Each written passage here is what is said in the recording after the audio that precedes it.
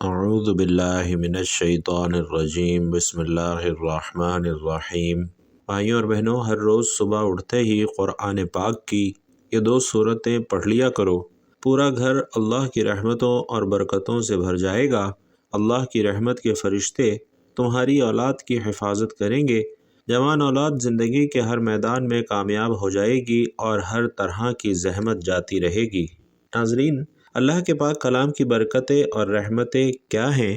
اللہ کے کلام میں کتنی تاثیر اور طاقت ہے، اس کا اندازہ انشاءاللہ آپ کو اس واقعے سے ہو جائے گا۔ ایک مرتبہ حضرت موسیٰ علیہ السلام راستے میں محو سفر تھے کہ ایک قبرستان میں سے ان کا گزر ہوا۔ اللہ رب العالمین نے اپنے نبیوں کو یہ شان عطا فرمائی ہے کہ وہ جہاں سے گزرتے اللہ کے دیے ہوئے علم سے وہاں کی قبروں کے اندر موجود مردوں کے حال سے باخبر ہو جایا کرتے تھے۔ حضرت موسیٰ علیہ السلام کا گزر قبرستان کے اندر موجود ایک ایسی قبر پر سے ہوا کہ جس کے اندر مردے کو سخت عذاب ہو رہا تھا، اور اس وقت وہ قبر دوزخ کے گڑھوں میں سے ایک گڑھا بنی ہوئی تھی۔ حضرت موسیٰ علیہ السلام نے یہ منظر دیکھا تو بہت دل برداشتہ ہوئے، اللہ کی پاکی اور بڑائی بیان کرتے ہوئے وہاں سے آگے بڑھ گئے۔ بعض روایتوں میں ان کا یہ سفر 1 دن کا تھا، بعض میں لکھا ہے کہ صبح گئے اور شام کو واپسی ہوئی، جبکہ بعض روایتوں کے مطابق آپ کا یہ سفر چند دنوں پر محیط تھا۔ بہرحال جب حضرت موسیٰ علیہ السلام کی واپسی ہوتی ہے تو پھر سے اسی قبرستان کے اندر سے آپ کا گزر ہوا۔ جب اسی قبر کے پاس سے گزر ہوا جس کے اندر مردے کو سخت ترین عذاب دیا جا رہا تھا، تو آپ علیہ السلام یہ جان کر سخت حیران ہوئے کہ اب وہی قبر جنت کے باغوں میں سے ایک باغ بنی ہوئی ہے۔ آپ علیہ السلام بہت زیادہ حیران ہوئے، اللہ کی عظمت، پاکی اور شان بیان فرمائی اور اللہ کے سامنے عرض گزار ہوئے کہ اے اللہ، تیری شان نہایت ہی بلند و برتر ہے، تو ہر چیز پر قادر ہے، بے شک تو جسے چاہتا ہے عذاب دیتا ہے، جسے چاہتا ہے اسے بخش دینے پر قادر ہے۔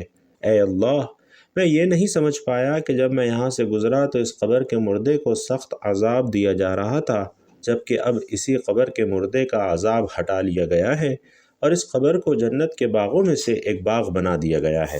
تو اللہ رب العالمین نے فرمایا کہ اے موسیٰ، کہ صاحب قبر کبیرہ گناہوں کا مرتکب تھا اور یہی وجہ تھی کہ اسے عذاب دیا جا رہا تھا۔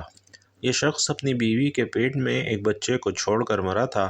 اس کی بیوی نے بچے کو جنم دیا اور جب وہ بولنے کے قابل ہوا تو اس کی بیوی نے بچے کو ایک عالم کے پاس دین کا علم حاصل کرنے کے لیے بھیجا ہے۔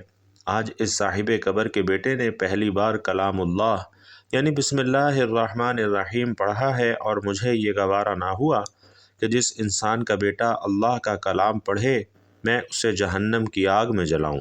سبحان اللہ۔ ناظرین، نیک اولاد اپنے والدین کے لیے صدقہ جاریہ ہے اور اپنی زندگی میں کی جانے والی نیکیوں کا ثواب ان کے مرحوم والدین کی بخشش کا ذریعہ بنتا رہتا ہے۔ حضور اکرم صلی اللہ علیہ وسلم کی امت گناہ گار ہونے کے باوجود قیامت کے روز جب قبروں سے اٹھائی جائے گی تو ان کے اعمال نامے میں کوئی گناہ شامل نہیں ہوگا۔ والدین زندگی میں اللہ کا انعام، اور جب اس دنیا سے رخصت ہوتے ہیں تب سراپا رحمت بن جاتے ہیں۔ جمعے کے روز جو اولاد اپنے والدین کی قبروں پر جا کر دعا کرتی ہے، ایک مقبول حج کا ثواب ان کے اعمال نامے میں لکھ دیا جاتا ہے۔ بھائیوں اور بہنوں، اس دنیا میں سب سے عظیم رشتہ ماں باپ کا ہے۔ جو اولاد ان کی قدر نہیں کرتی وہ انتہائی بدبخت ہے۔ ماں باپ جب بوڑھے ہو جائیں تو ان سے نرم لہجہ اختیار کریں، اور جب وصال کر جائیں تو ان کے لیے صدقہ کریں تاکہ ان کی روح کو ایصال ثواب ملتا رہے۔ امت مصطفیٰ صلی اللہ علیہ وسلم گناہ گار ہونے کے باوجود نبی رحمت صلی اللہ علیہ وسلم کے صدقے قیامت کے روز ان کے اعمالوں کو گناہوں سے پاک کر دیا جائے گا۔ جب ایک مومن کی موت آتی ہے، اس کی روح قبض کرنے کے لیے آسمان سے زمین تک فرشتوں کی بارات امڑ آتی ہے، اور آسمان کے سارے فرشتے اس نیک روح کو خوش آمدید کہتے ہوئے اوپر لے جاتے ہیں۔ نیک اولاد اپنے ماں باپ کے لیے صدقہ جاریہ بن جاتی ہے، تو نیک ماں باپ بھی اولاد کے لیے اس دنیا میں بھی سب سے بڑی نعمت ہیں اور مرنے کے بعد بھی باعث رحمت ہوتے ہیں۔ جو ماں باپ گھروں میں ہر روز قرآن پاک کی تلاوت کرتے ہیں، نماز روزے کی پابندی کرتے ہیں اور اپنی اولاد کو بھی نیک اعمال کی تربیت دیتے ہیں، تو ایسے ماں باپ اپنی اولاد کی دنیا اور آخرت سنوار دیتے ہیں۔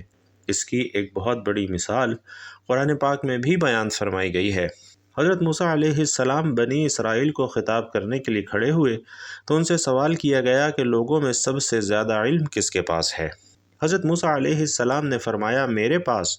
تو اللہ تعالیٰ نے ان پر عتاب کیا کہ علم کو اللہ کی طرف منسوب کیوں نہیں کیا؟ چنانچہ اللہ تعالیٰ نے وحی بھیجی کہ بحرین جہاں دو دریا ملتے ہیں وہاں میرے بندوں میں سے ایک بندہ ایسا ہے جس کے پاس آپ سے بھی زیادہ علم ہے۔ موسیٰ علیہ السلام نے عرض کیا اے رب میں کس طرح اس کے پاس پہنچوں گا؟ اللہ تعالیٰ نے فرمایا کہ زنبیل میں ایک مچھلی رکھ کر چل دو اور جہاں وہ کھو جائے گی وہیں وہ شخص آپ کو ملے گا۔ حضرت موسیٰ علیہ السلام نے اپنے ساتھ اپنے خادم یوشع بن نون کو لیا اور زنبیل میں مچھلی رکھ کر چل دیے، یہاں تک کہ ایک ٹیلے کے پاس پہنچے تو موسیٰ علیہ السلام اور ان کے خادم دونوں لیٹ گئے اور دونوں کو نیند آ گئی۔ مچھلی زنبیل میں کودنے لگی یہاں تک کہ نکل کر دریا میں گر گئی۔ اللہ تعالیٰ نے پانی کا بہاؤ وہیں روک دیا اور وہاں طاق سابن گیا اور اس کا راستہ ویسا ہی بنا رہا، جبکہ موسیٰ علیہ السلام کے ساتھی بھول گئے کہ انہیں مچھلی کے متعلق بتائیں۔ صبح ہوئی تو موسیٰ علیہ السلام نے اپنے ساتھی سے کھانا طلب کیا اور فرمایا کہ سفر میں ہمیں بہت تھکن ہوئی ہے۔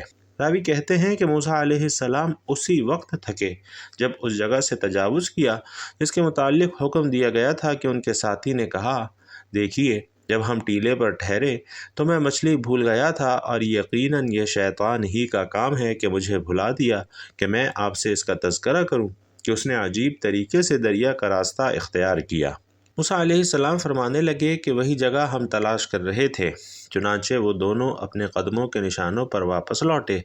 وہ دونوں اپنے قدموں کے نشانات پر چلتے چلتے چٹان کے پاس پہنچے تو ایک آدمی کو دیکھا کہ وہ چادر سے اپنے آپ کو ڈھانکے ہوئے ہے۔ حضرت موسیٰ علیہ السلام نے انہیں سلام کیا۔ انہوں نے فرمایا اس زمین میں سلام کہاں ہے؟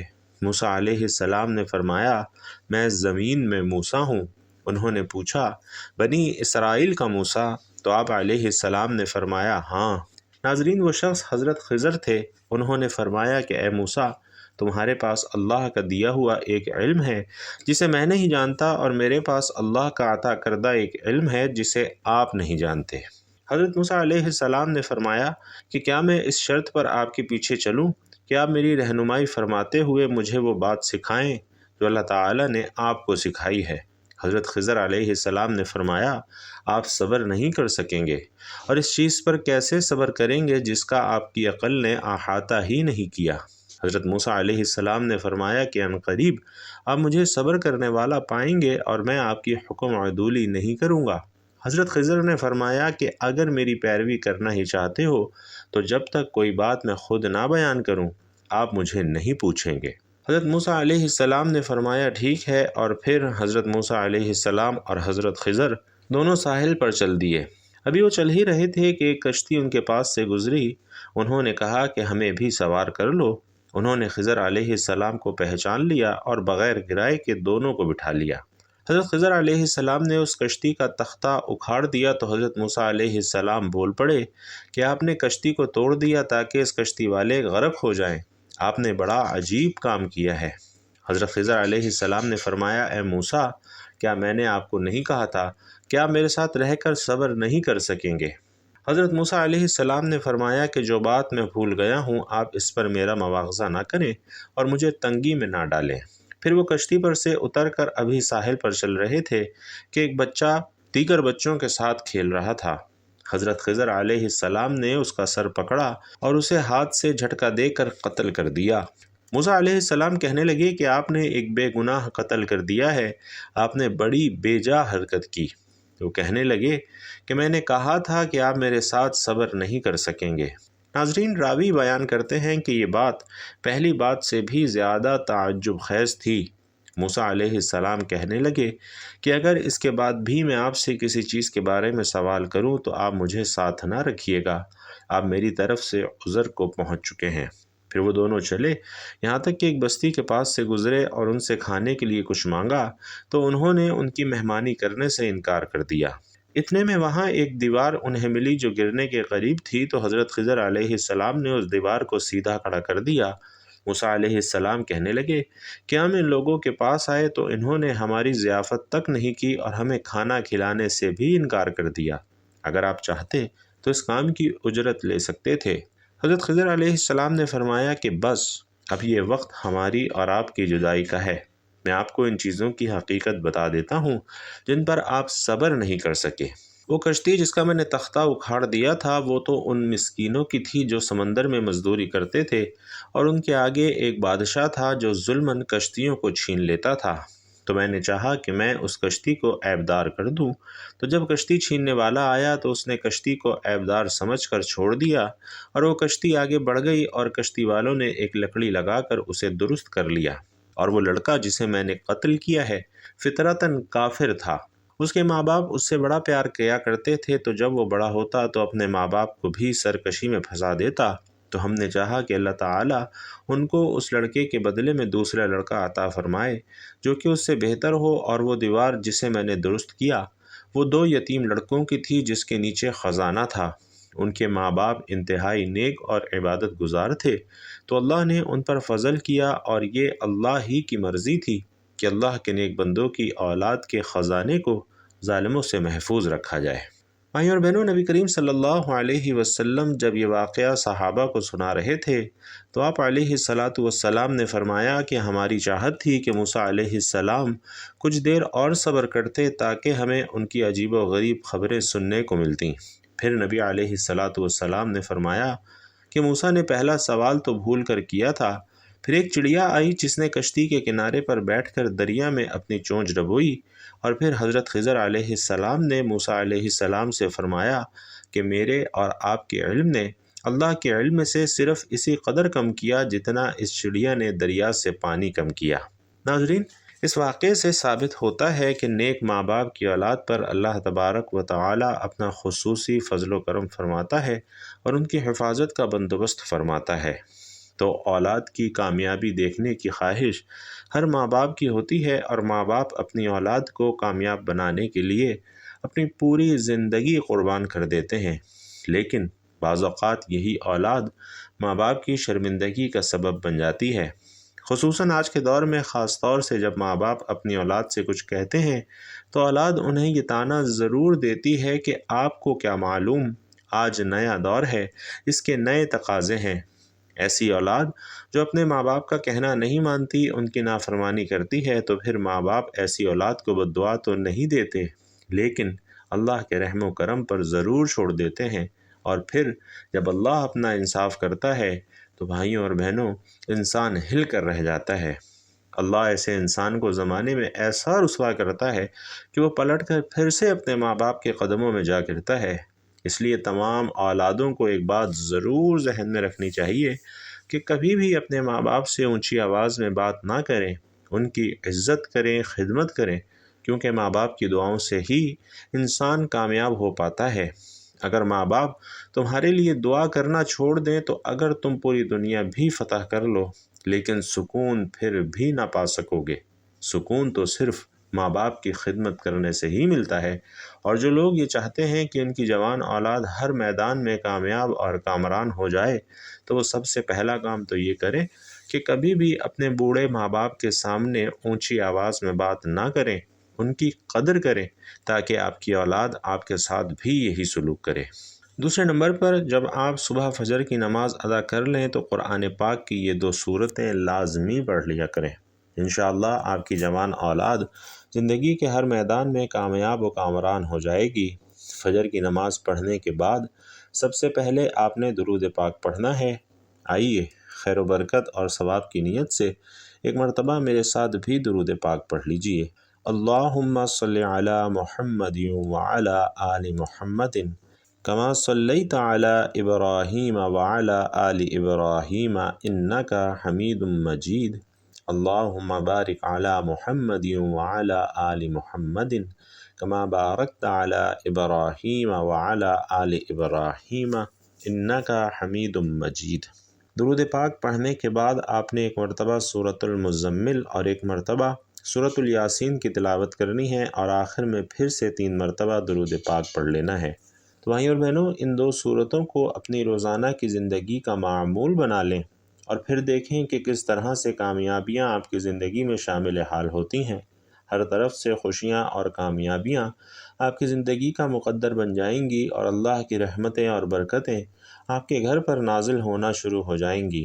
جوان اولاد کی ہر طرح سے حفاظت ہوگی، اور اللہ کی رحمت کے فرشتے آپ کی اولاد کی حفاظت کریں گے، اور آپ کی یہی اولاد مستقبل میں آپ کے لیے صدقہ جاریہ بن جائے گی انشاءاللہ تبارک و تعالی۔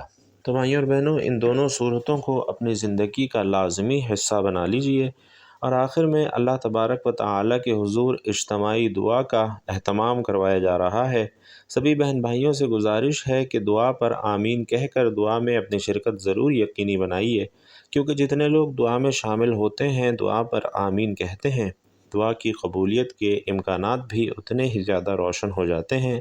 تو میں دعا کرواؤں گا، آپ لوگوں نے آمین کہنا بھی ہے اور کمنٹ باکس میں آمین لکھنا بھی ہے۔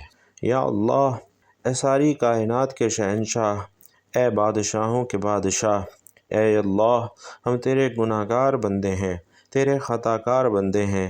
یا الہی، ہم اپنے اگلے پچھلے صغیرہ کبیرہ سبھی گناہوں، خطاؤں اور نافرمانیوں کی معافی مانگتے ہیں۔ اے اللہ رب العزت، ہم اپنے گناہوں سے توبہ کرتے ہیں، ہماری توبہ قبول فرما اور ہمیں بخش دے۔ اے اللہ، ہم گناہ گار ہیں، سیاہ کار ہیں، بدکار ہیں، تیرے احکام کے نافرمان نہ شکرے ہیں، لیکن میرے معبود تیرے نام لیوا بندے ہیں۔ ہمارے معبود، ہمارے گناہ تیری رحمت سے بڑے تو نہیں ہیں، تو اپنی رحمت سے ہمارے گناہوں کو معاف کر دے۔ یا اللہ، ہم سب کو گمراہی کے راستے سے ہٹا کر صراط المستقیم کے راستے پر چلنے والا بنا دے۔ اے اللہ، ایسی نماز پڑھنے کی توفیق عطا فرما جس نماز سے تو راضی ہو جائے۔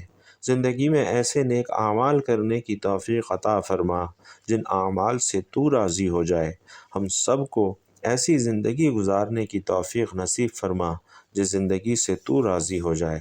اے ہمارے رب، ہم سب کو ایمان پہ زندہ رکھ اور ایمان پر ہی ہمارا خاتمہ فرما۔ یا اللہ، ہم سب کو تیرے احکامات کی فرما برداری کرنے والا اور تیرے پیارے حبیب محمد الرسول اللہ صلی اللہ علیہ وسلم کے نیک اور پاکیزہ آداب کو اپنانے والا بنا دے۔ یا اللہ، ہم سب کی پریشانیوں کو دور کر دے، ہم سب کی تنگ دستیوں کو دور کر دے، ہم سب کی رزق کی تنگی کو دور کر دے۔ اے اللہ، جو بیمار ہیں انہیں شفائے کاملہ عاجلہ عطا فرما۔ اے اللہ، جو بے اولاد ہیں انہیں اپنے خزانوں میں سے نیک اور صالح اولاد عطا فرما۔ جو صاحب اولاد ہیں ان کی اولاد کو ان کی آنکھوں کی ٹھنڈک، نیک، صالح اور فرما بردار بنا۔ اے اللہ، جن کے جو کام رکے ہوئے ہیں وہ پورے کر دے۔ اے اللہ، بچھڑے ہوں کو ملا دے۔ اے اللہ، شادی شدہ جوڑوں میں محبت اور خلوص پیدا کر دے اور ان کی زندگیوں میں برکت ڈال دے۔ اے اللہ، تمام لڑکے اور لڑکیوں کے نصیب اچھے کر دے۔ اے اللہ، جو قرض کے بوجھ تلے دبے ہوئے ہیں ان کا قرضہ جلد سے جلد ادا کر دے۔